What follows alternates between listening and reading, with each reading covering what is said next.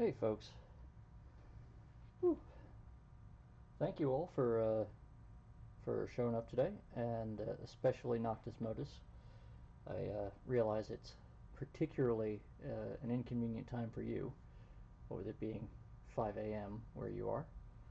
That's the problem when you're, on the opposite side of the planet, give or take a couple of degrees. Anyway, I was digging through some of my boxes from when I was moving my workshop, and I found a toolkit that I've had for a little while and hadn't actually used that much. I'd played around with it a bit, put it aside because I was kind of busy with other things and didn't really want to learn a whole new set of tools and everything. And so I was going to show you that, but wasn't sure I could actually fill that much time with it. So I figured I'd make today all about my picksets and toolkits.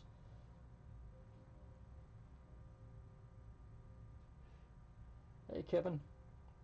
So thank you, Story, Rune, Jason, Noctis Modus, and Kevin for showing up, and hopefully we'll have some more people. So first thing, I guess we'll just go in sort of size order. Start with this guy. This is probably my oldest pick set.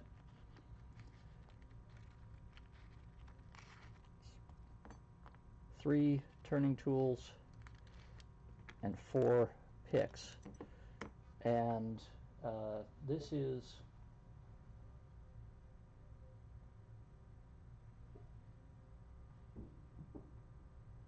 Hey Tyler. So I'm getting an error here on YouTube.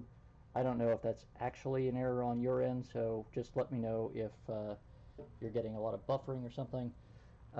Basically what I'm going to do is I'm going to go through my toolkits one by one, and then at the end of each of those I'm going to go check the comments and answer any questions you have. So this little toolkit here is the remains of my very first toolkit. This was one of Tool's very first toolkits. I bought it at Hope a number of years ago. And so what we have is 4 HPC picks. We've got short hook, snowman, a little wiggly rake, and a half diamond, and then a couple of turning tools just made out of some flat wire stock. Nothing very special about it, and just a little cheap fake leather case. I keep these around mostly because they're decent enough tools. They're very sturdy, and they've held up under a lot of very bad use. But and I've never given them away because I actually feel kind of a little bit bad about giving them to a beginner, because frankly the finish on these is not very good, and they're a bit rough, and the moment you get into anything with like a tight keyway or something, these just feel incredibly clumsy, at least to me. So these I keep around in this little kit because it is very compact, and I sort of joke that it's my my formal wear set. It's shiny and very slim, so if I ever have to go somewhere in a tuxedo, I can stick that in the pocket easily enough. Any questions about that one?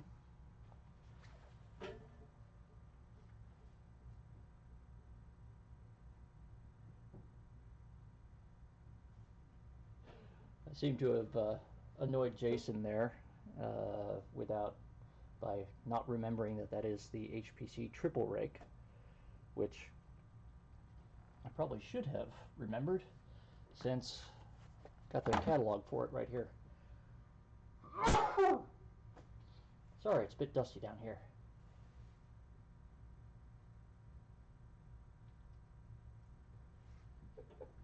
Oh, Asa Abloy opening solutions land.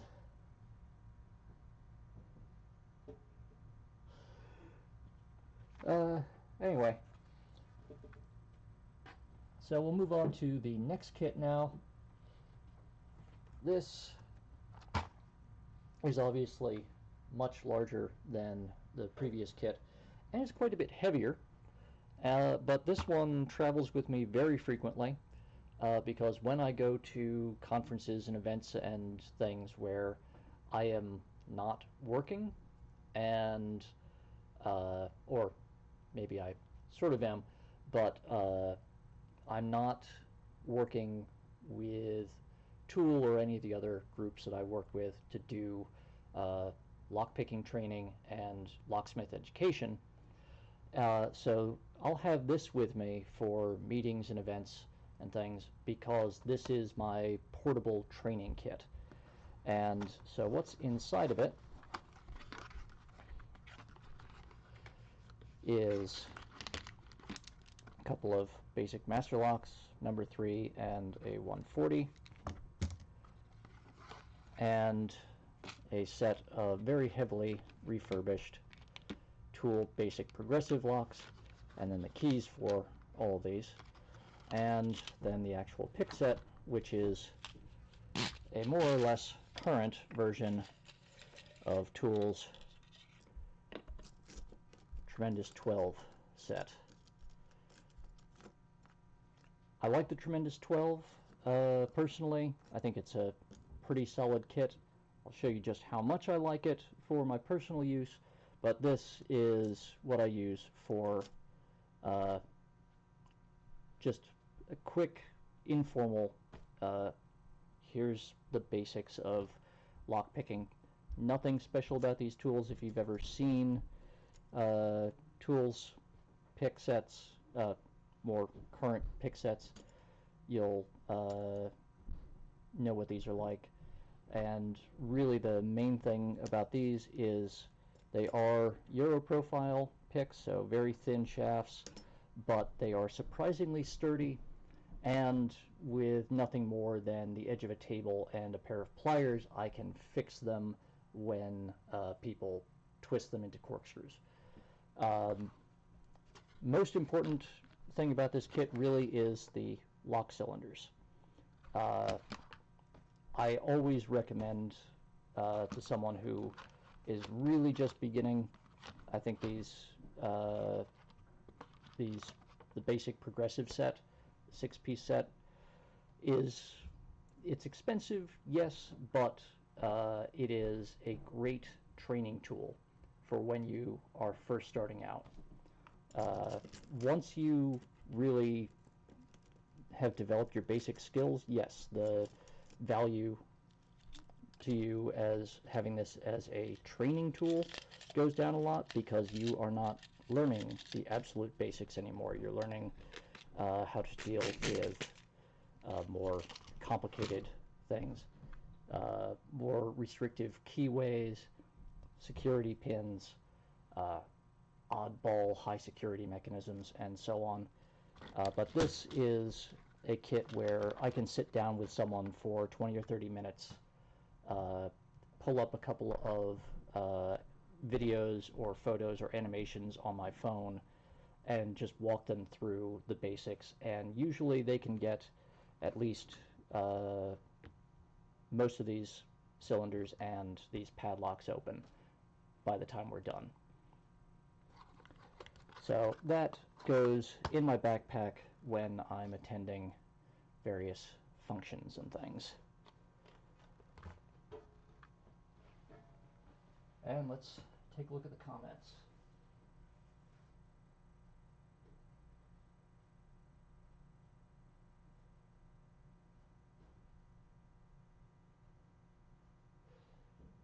Oh, Rune.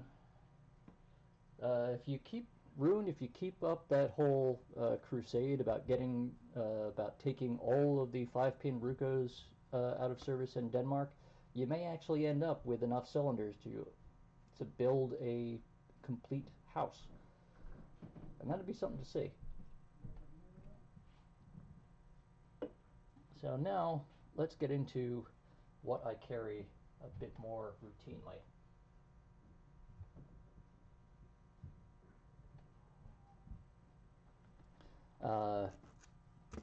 Where did I put it? Did it go back in my pocket? It probably did.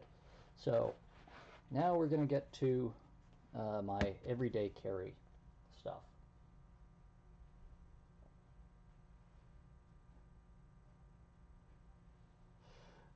So this is Peterson's little nylon case.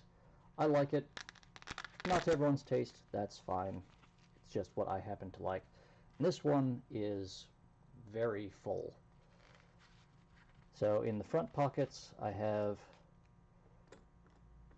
the thick standard hook and the thick pry bar, the thin pry bar and the 18 thousandths standard hook, the 18 thousandths half diamond, and the Everest check pin tool. Those are my most frequently used tools. Then I've got a couple of, I think these are Southern Specialties turning tools, standard, the very long twist handle, and the tulip tool. If you've never seen a tulip tool before, it's a regular flat wire tension tool just with this extra pair of bends in it, and that is to help you get around ornamental parts of the lock when you need to turn it in such a way that you're working around, say, the door frame or some fancy built-up escutcheon or something. It's just small tool, doesn't take up a lot of space, but just in case I need it. Couple of extractors because, well, you always need an extractor just in case something happens. Postal hook, Bogota style, and half diamond again.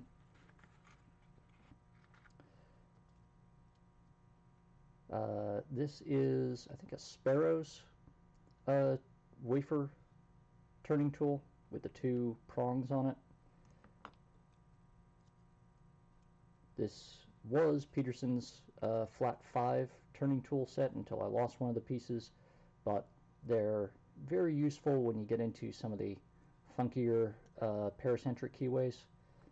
And then Peterson's one-off mistake pry bar, where they cut it from the wrong thickness of steel, so they just put a couple of bends in the end and made it like a $5 special on their website. I picked up one just because it's always nice to have another option with turning tools. And so this kit sits in my hip pocket pretty much all the time, like unless I'm going to jury duty or something where I basically don't carry anything except for my house keys, some cash, and ID. But this is on me pretty much every day, pretty much everywhere I go.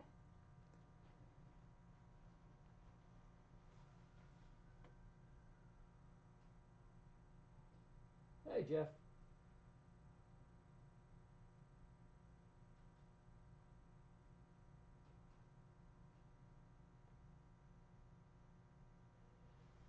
That's right, Jeff. I've got a A1 dumping block here. I have the other two parts of their SFIC servicing tools, the loading block and the decoding block. Those are packed away elsewhere on my workbench. But so this is my everyday carry kit, and with this I can do pretty much any sort of emergency style opening service that I need to do. Generally speaking, if this is not enough, usually it means that what I really need is the bag with my power drills. But short of that, this will generally do the job. So not a lot of variety, but this is just the picks that I use the most and that I can do the most with. The postal hook, you know, I get people asking me about it every so often, and the thing about the postal hook is that there's really not much call for it anymore, but you'll still see it in a lot of manufacturers' really big kits where they're just trying to find another pick profile to put in so that they can say that they have, you know, 100-something different tools in their pick set. Which, you know, sure, sometimes, every so often, maybe, someone is going to find that they really need some oddball thing. I tell people when they're starting out, you don't need one of those giant kits. You need a nice 12, 14-piece kit, maybe. And that's to give you a variety of different tools so that you can find out what works for you. Then, when you are a bit more experienced, a bit more comfortable, and you really know what sort of tools you need, then you pare it down to something like this. But that just rides around in my pocket every day.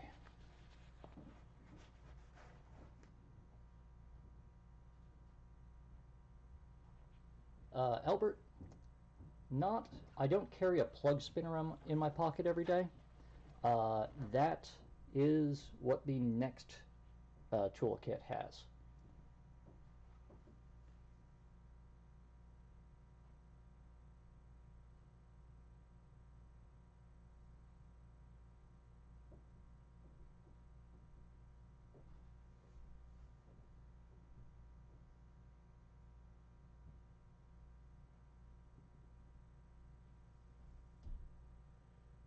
So I'm just catching up on the comments here for a moment, and then we'll get on to the next kit. You know what? I'm sorry, Albert. I lied. The next kit does not have a plug spinner either.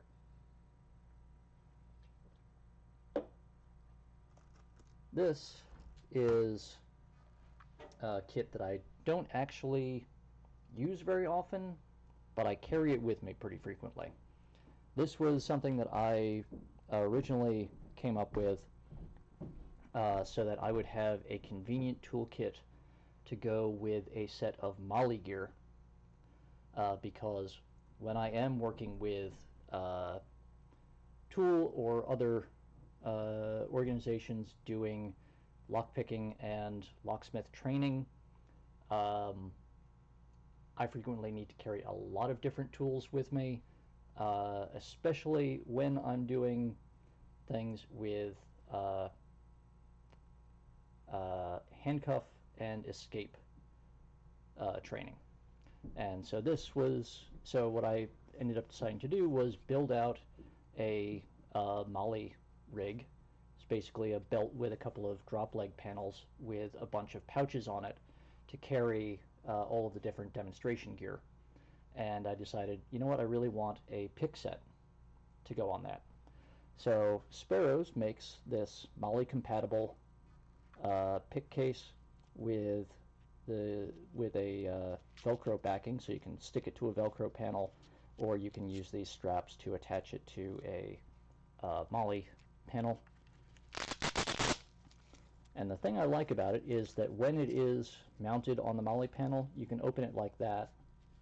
So, you know, just imagine you're wearing it here, and you can just tip this out and see your tools. And that's got another large pocket here. And so what we have is basically a modified and stripped down version of Tool's Tremendous 12 pick set. So these three are the exact same tools that you get in Tool's official pick kit, plus one of the SS Dev hooks. I find that particularly useful if I'm trying to deal with Lockwood with their really crazy uh, step changes. Another one of those Southern specialties, very long turning tools, and then just a assortment of other sizes of standard turning tools. Then yet again the Peterson Flat 5 and Peterson pry bars. And now we're going to get into some of the odd things that I carry in here. Have another one of those Sparrows 2-prong turning tools. We have a very short knife bypass tool. I made this out of a broken Peterson rake. Little poking tool made out of a key ring, one of those giveaway rings, and a little tweezer style wafer lock tool. And is that everything in that back pocket? Hard to tell. Yeah, I think that's everything in the back pocket. And the last thing, I don't know if anyone's going to recognize this, but this is actually the pocket clip from a Mars Statler drafting pencil. Why is that in my pick kit? Well, back in the late 60s, 1970s, Smith & Wesson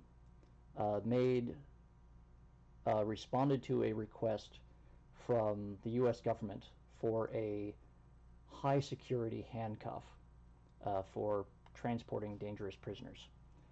And so they came up with a sort of special tubular lock. It only had 4 pins in it, not a lot of, just 2 depths, not a huge number of keys. I think it was like 16 possible keys, and they only ever issued about half of them. But they were the mainstay of the U.S. Marshals and a handful of other corrections and prisoner transport agencies in the U.S. and a couple of other places up until the early 1980s, when people realized, just like every other tubular lock, you can pick them very easily. And so this actually was a tension tool that I made out of a pocket clip off of a pencil, off of a mechanical pencil. One, just to demonstrate that that is one of the vulnerabilities that people had identified, and 2, because it really is an odd size and an odd design of tubular lock, and you can't readily adapt commercially available tools to pick them. So I'll let you take a look at that for a moment while I catch up on the comments.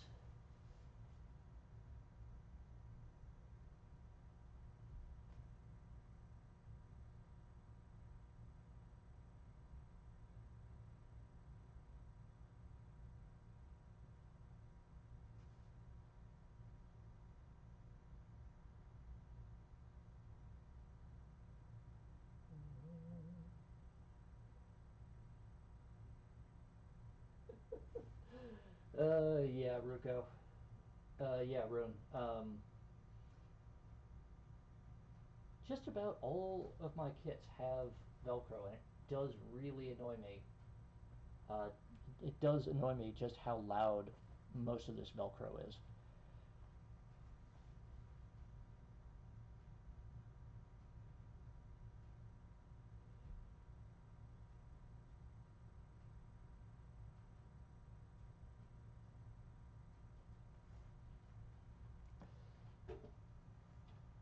Jeff, you just found the world's strangest uh, machine fastener. I don't know what it is that you're doing, but you always find odd stuff.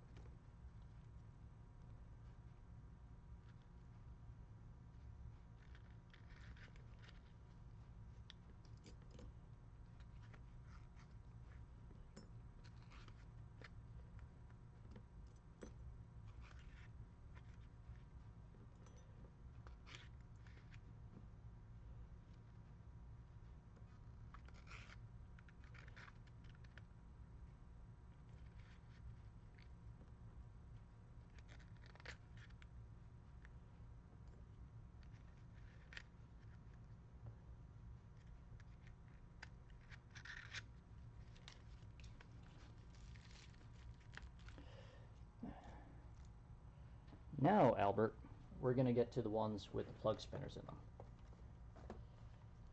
This is what goes in my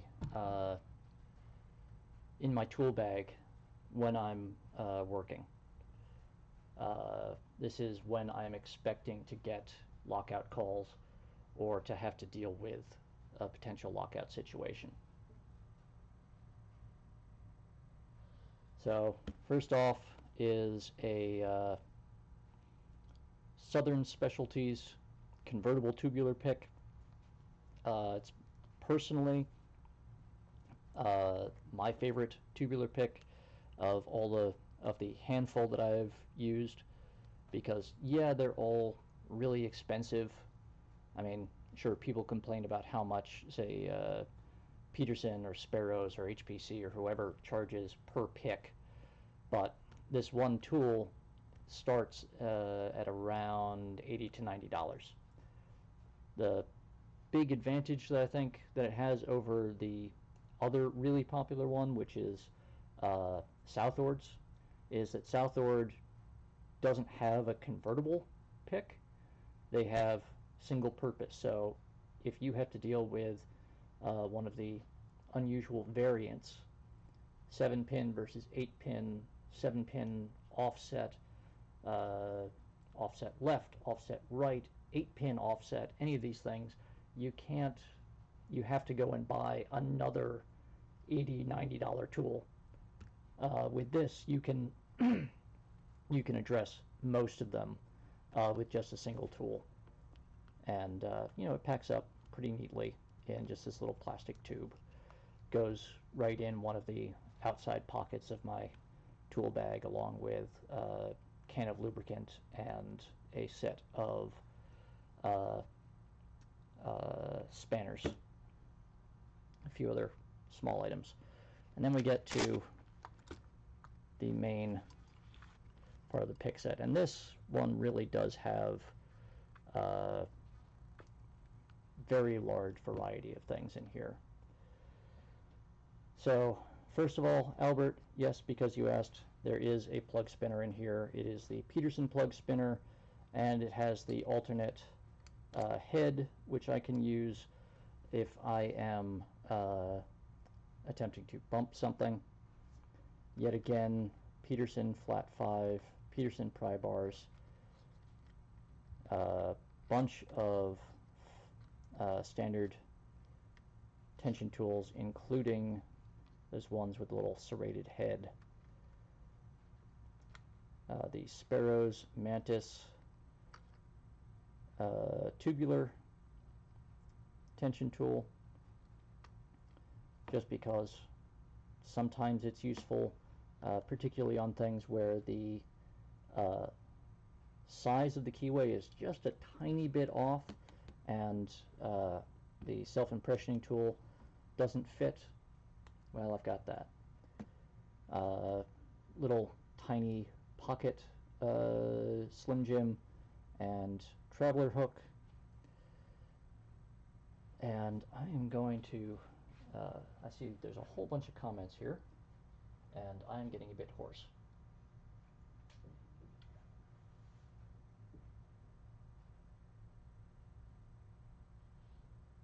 Hey, Wes.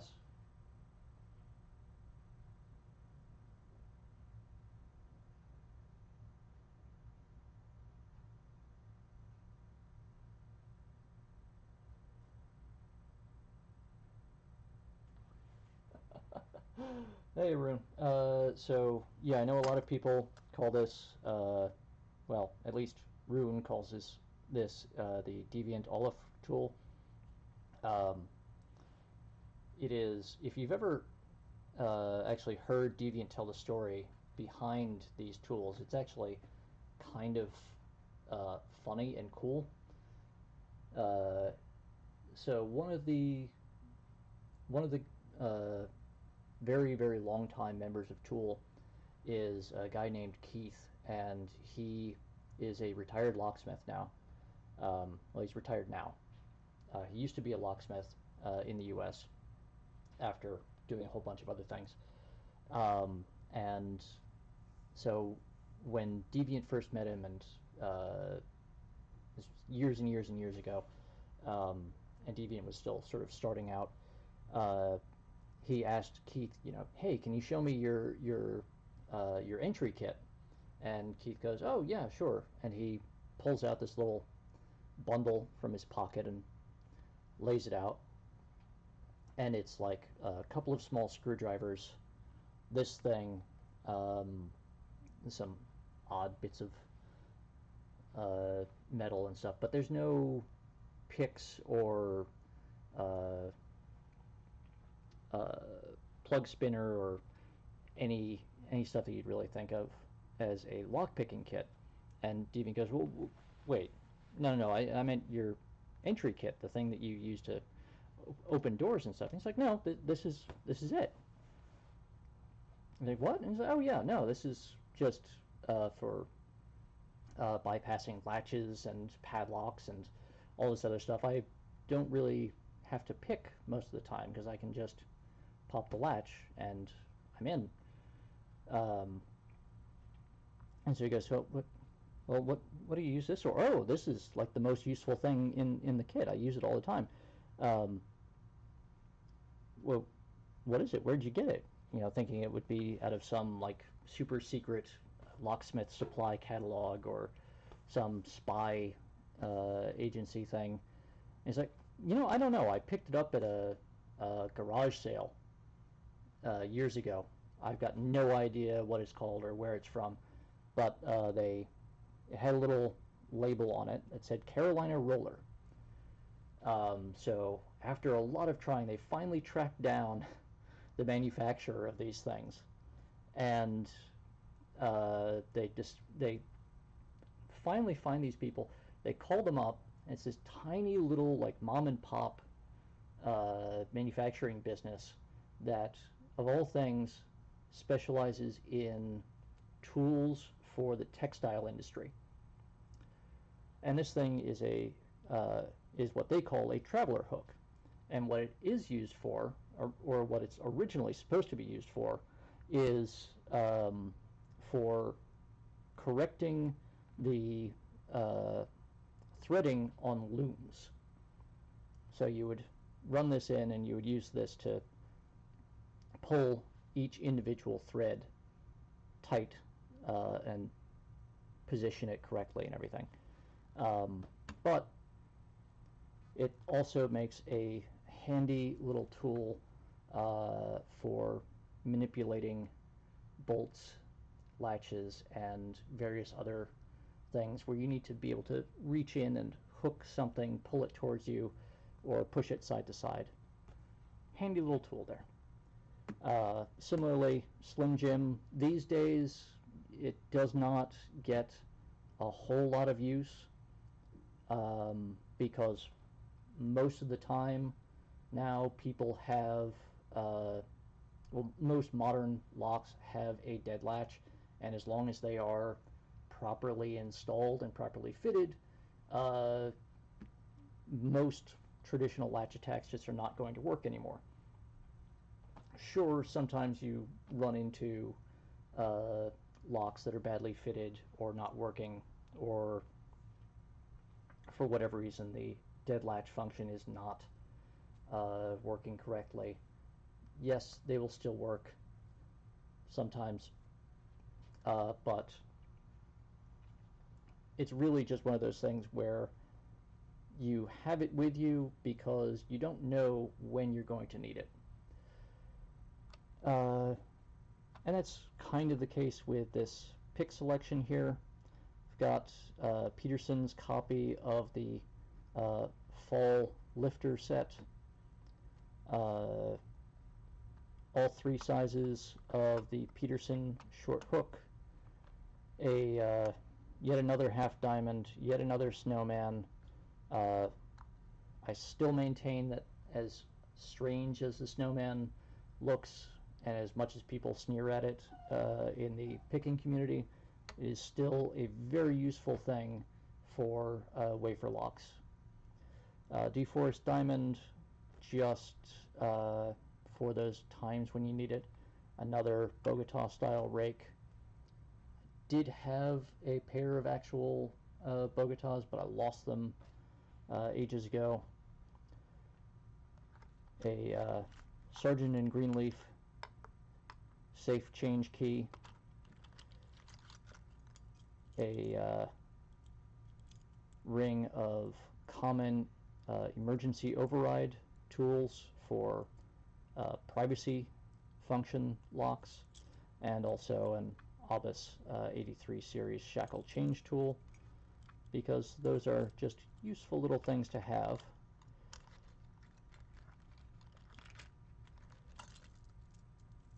This is South Ord's warded pick set, along with a couple of skeleton keys that I made myself for some certain models of Master Lock where it's just really difficult to use, again, commercially made pick tools on them. A couple of handcuff keys and a Master 145 combination change tool, because again, people always lose those things. And every so often you do find other uses for them. Peterson's much thinner warded picks. I carry both around because they are just different enough that it is worthwhile having both on me, and these are pretty compact. A handcuff shim and a couple of jiggler tools on a little Chicago screw there.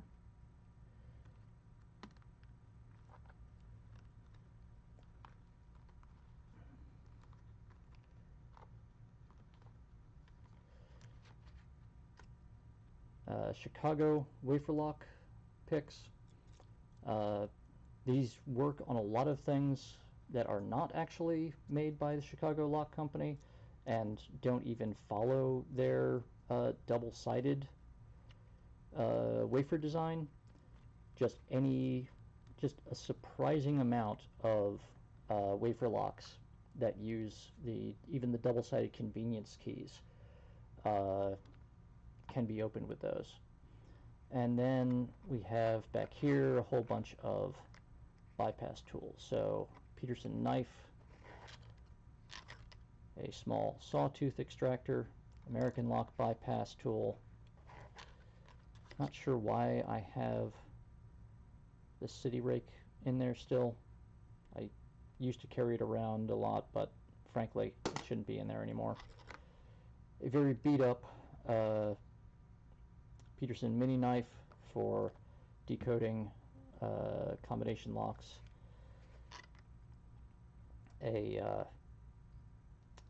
This is a probe and tubular pick tool that I made out of a broken bypass tool and a backup Peterson mini knife, because those things break all the time.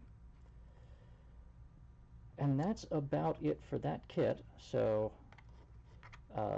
get your questions in now while I pack this up, and I will address them before I put this all away and move on to the next one.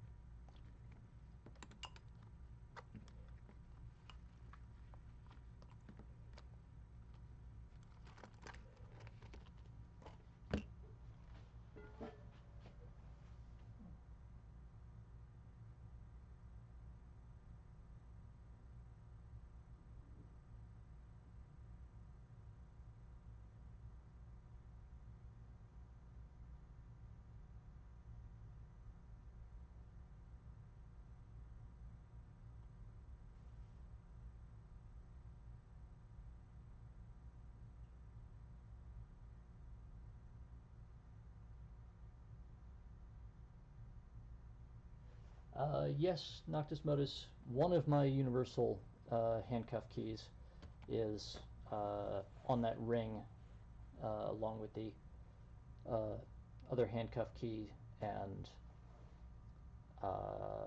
the, what was that, the Southord warded picks.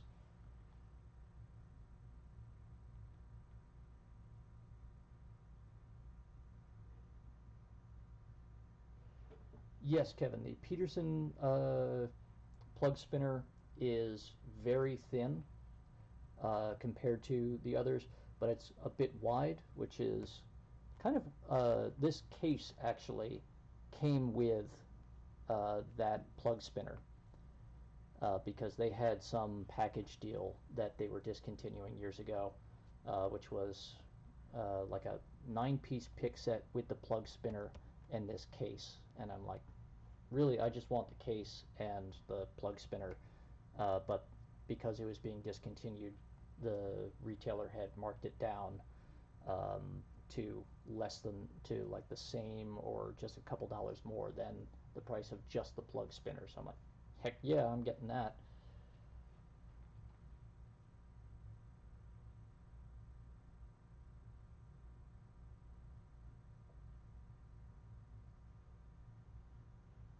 I do like that plug spinner. I find it a little bit easier to wind up than the Ritan because, so let's get that back out. So instead of having that little push button affair at the back of the Ritan, Peterson controls it with this little lever, spring loaded.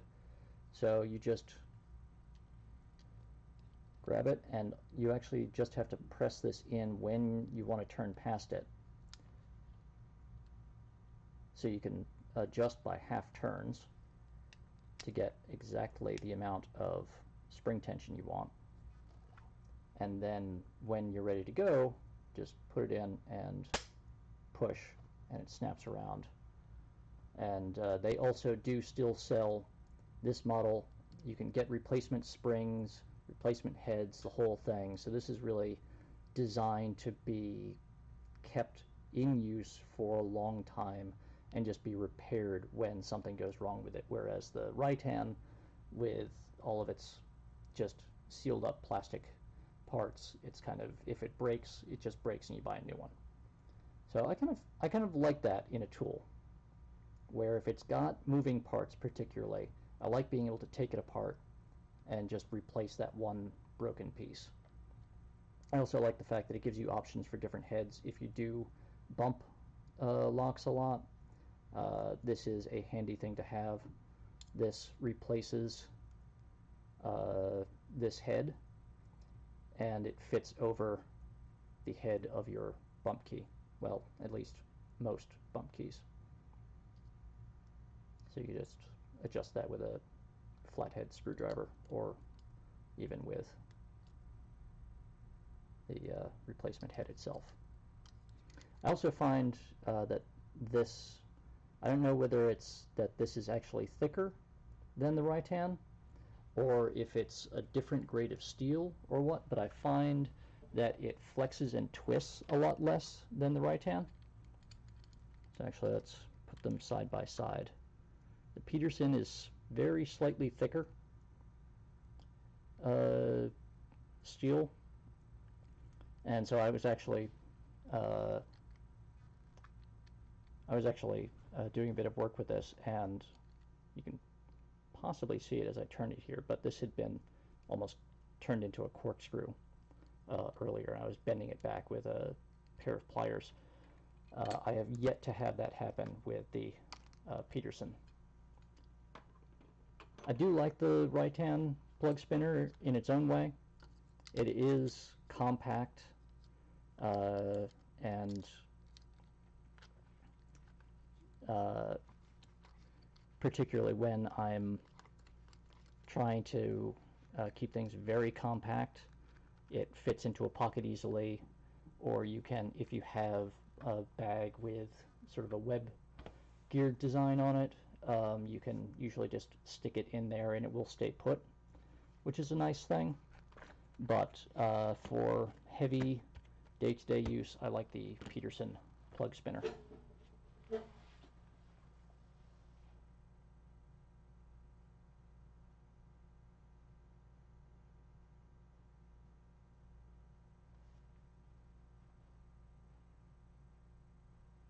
Rune, I've never tried multi-picks spinner. I actually, because multi-pick doesn't really have much distribution in the US, I haven't really tried most of their tools.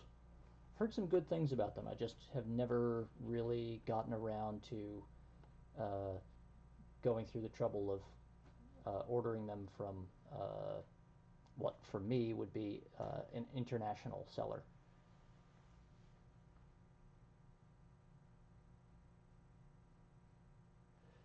Yeah, don't jinx yourself, Jason. If it's been holding up well for you for a long time, that's great. I just, I, you know, I got that. I got mine as a gift, and I absolutely very much appreciate the person who gave it to me, and that they did give it to me. It's a handy thing to have, and it's always good to have a spare plug spinner. But for the amount that I've used it versus the amount of apparent wear that it has on it, I'm going to stick with my Peterson for day to day. And now we'll get to the last of the real pick sets while we still have time. And this one probably is just about the thinnest of the lot. But it's also one of the largest in my collection. And yet more noisy Velcro. And this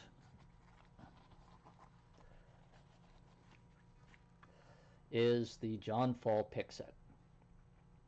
And I am absolutely amazed that I even have this in my collection.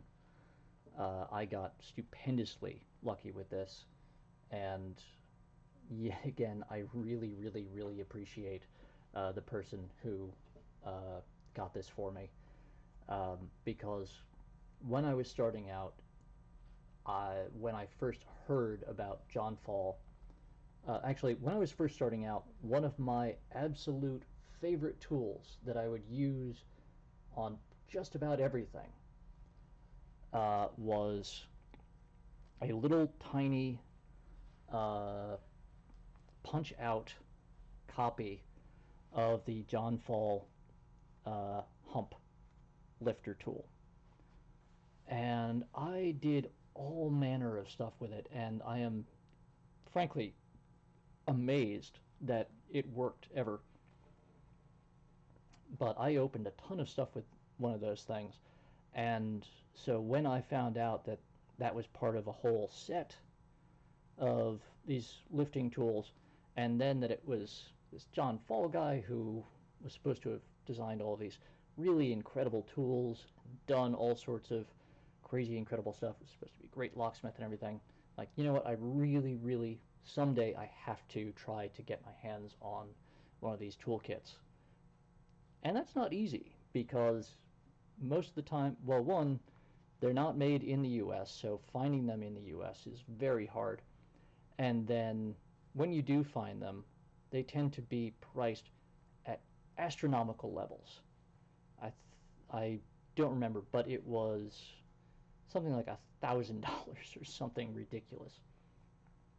I think the prices are now somewhat more reasonable, but uh, they're still even higher than Peterson prices. But what you get in here is pretty interesting.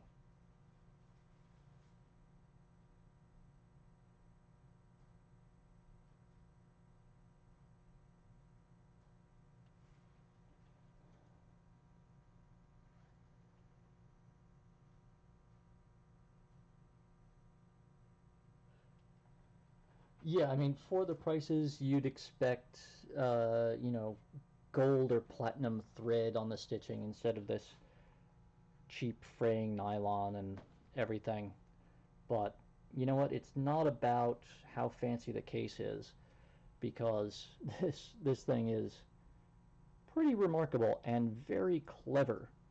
So first, we'll just get out of the way the really common stuff. So you get 1, 2, 3, 4, 5, 6, 7 twist handle turning tools. Nothing very special about them, just a whole variety of widths and thicknesses.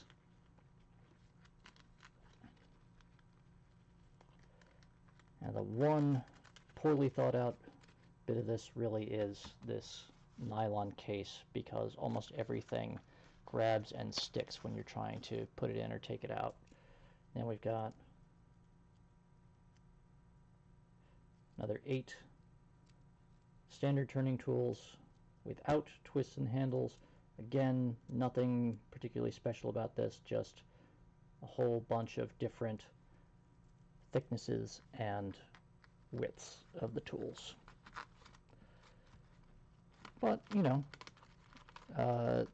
it is always useful because you never know what keyway shape you're going to be dealing with, and so having something that fits just right is important, and that's why you have this huge variety of turning tools, because the next set is where things start to get kind of crazy. So these are numbered 1, 2, and 3, and these are numbered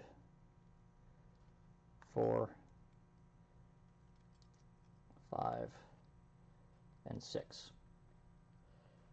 And yeah, they look all pretty much the same here aside from the numbering, but what's happening there is these are different combinations of the thicknesses of these 2 tines on each end.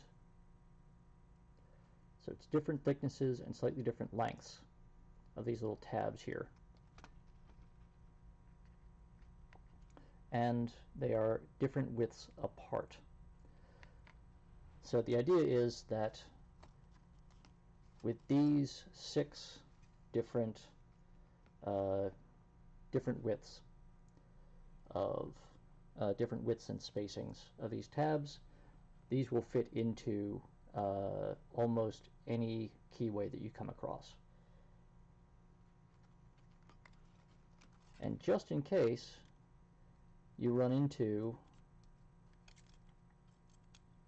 a keyway that these don't fit, well, this kit still has you covered, because you then have 4 adjustable versions of those tools.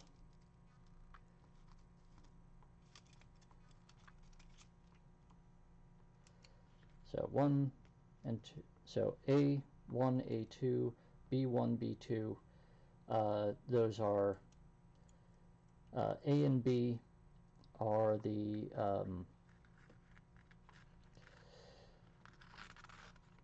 well, basically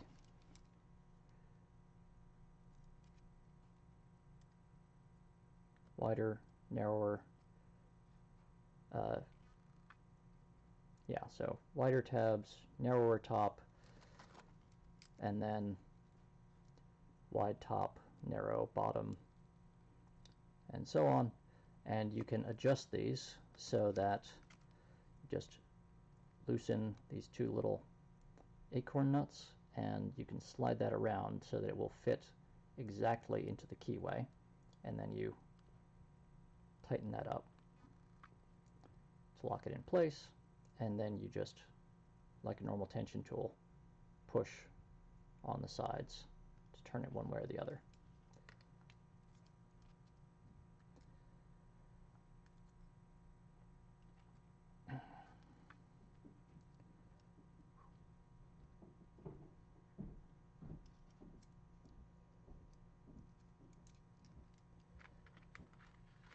So they are probably the bulkiest item in this kit, and the main thing that keeps this from just folding completely flat, because the rest of these tools are so thin. And so you look at this and you go, okay, 1, 2, 3, 4, 5, 6, 7, 8, 9, 10, 11, 12, 13, 14. 14 different picks. That's not a lot, and you seem to be missing some kind of important ones, right? Like, look at these two hooks here. You know, you don't have something in between those?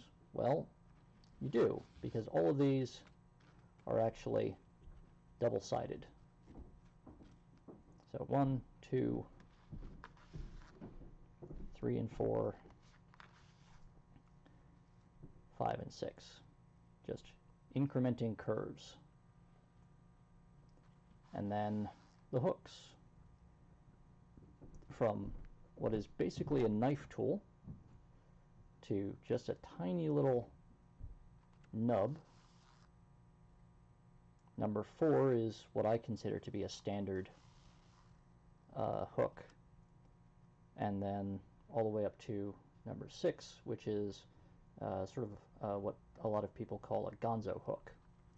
And then same thing, but in Euro profile with the really narrow shafts.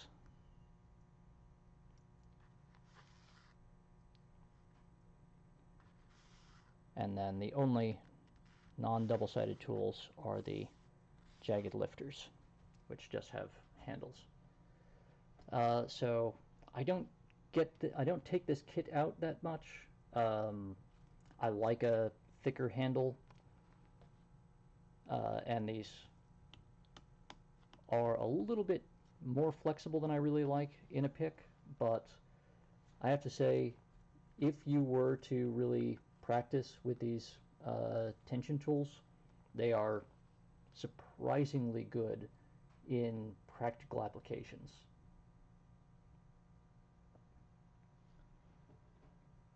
And of course, you know, having this huge variety of standard turning tools doesn't hurt either.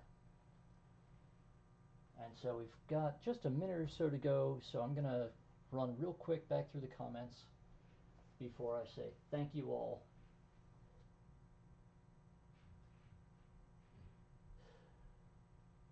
Yeah, so like $500-600, Jason. Yeah, that sounds about right.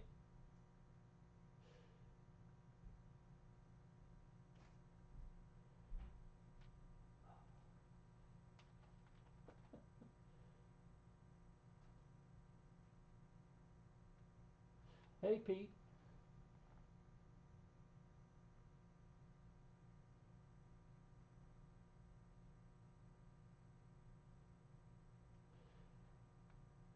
Noctis, yeah, I don't. I've got somewhere I do actually have a Suber dimple pick kit, which I think of the handful of dimple pick tool sets I've seen is very well designed. I just don't have enough locks to really practice with them and get comfortable with them. I have managed to get a couple of dimple locks open with them, but not many, and I'm not very good at it. Safe locks and lever locks and that sort of thing, we don't really have a lot of those in the U.S. and it's very rare that I have to deal with a lockout situation involving one of those. If it does, more often than not, I can open it with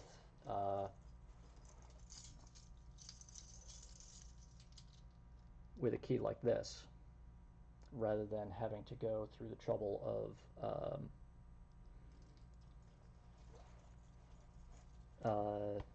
hunting down of doing any fancy lever lock manipulation. I really would like to get some of those tools and the locks to go with them, but they're just very uncommon here. And generally, if you do see them, they're on things like safe deposit boxes, where, frankly, in the field as a locksmith, more often than not, it's actually cheaper for you to just get a tool called a nose puller, pull the lock out, and put a new one in.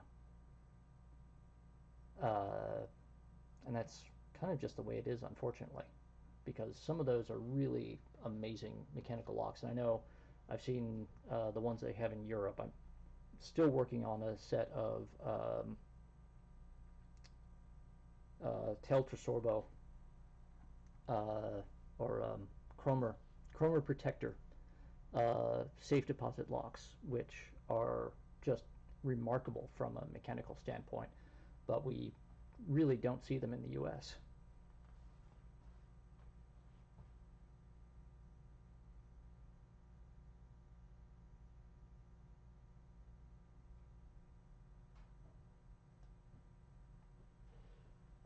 Yeah, Jason, that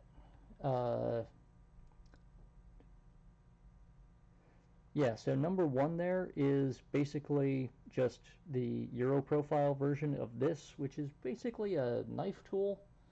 Um, yeah, that's about all it really is. John Fall, though, really believes in being thorough and incremental in everything. So you have like perfectly flat, and then you have just this tiny, tiny, tiny curve. Like it goes up like a tenth of a millimeter at the end. And that's just in case you need something that needs the tiniest bit of lifting there. I think it's a bit silly, but even Peterson, if you find one of his like gigantic kits with like absolutely every single one of his pick profiles in there, you'll still find something like that. Actually, I think somewhere in a pile of old unused picks, I actually have Peterson's equivalent of that, which, here we go. Yeah, so this is Peterson's version of that. It's actually a bit more, a little bit shallower than the Fall number 3. I don't really see the point of those most of the time, which is why I don't bother putting one in my usual carry kits. But with this Fall set, it's a whole set, and most of these aren't really designed to be mixed in the way that, say, Peterson and Southord and HPC tools can all just be sort of thrown together.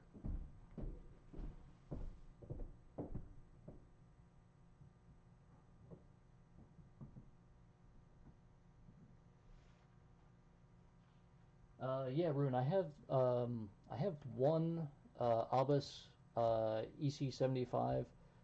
I think their extra classe mechanism is pretty good by dimple lock standards. Um, and I have not yet been able to pick it, but again, like I said, I'm not terribly good at it. Here in New York, we get a ton of multi-lock. There's multi-lock and multi-lock clones all over the place here, but for those, most of the time, it's cheaper for the locksmith and the customer to just drill the cylinder, unfortunately, um, because they are that much of a pain to pick, and frankly, because uh, making a big show of it to a lot of locksmiths, making a big show of how secure it is and how, oh, I'm going to have to take a while here with all of my big noisy power tools to get through your door, makes the customer feel better about how much they're going to get charged, which I don't think that's necessarily a great business model, but that is the reality of the industry a lot of the time.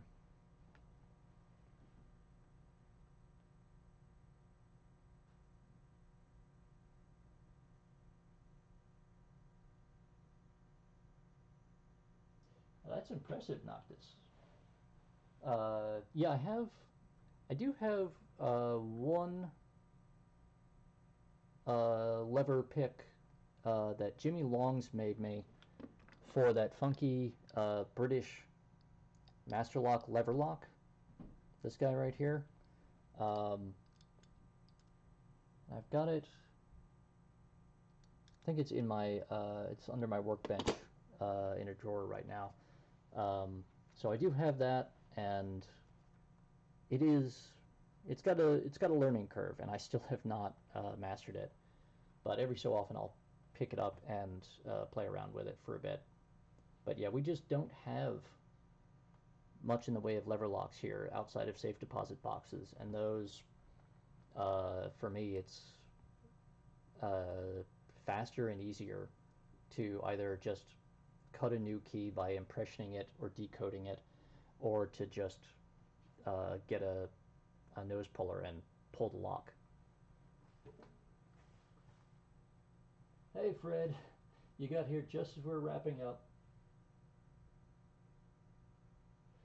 Yes, Wes, the rotary lockpick, uh, very very popular here, especially with scammers who basically just drive around with a power drill and a trunk load of quickset locks and cheap multi-lock clones that they got through their call center.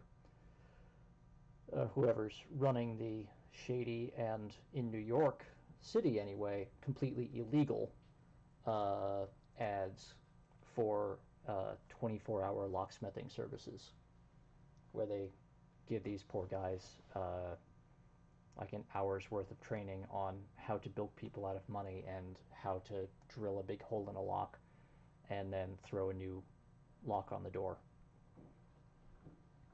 It really is sad and annoying how much of the industry has become that sort of thing.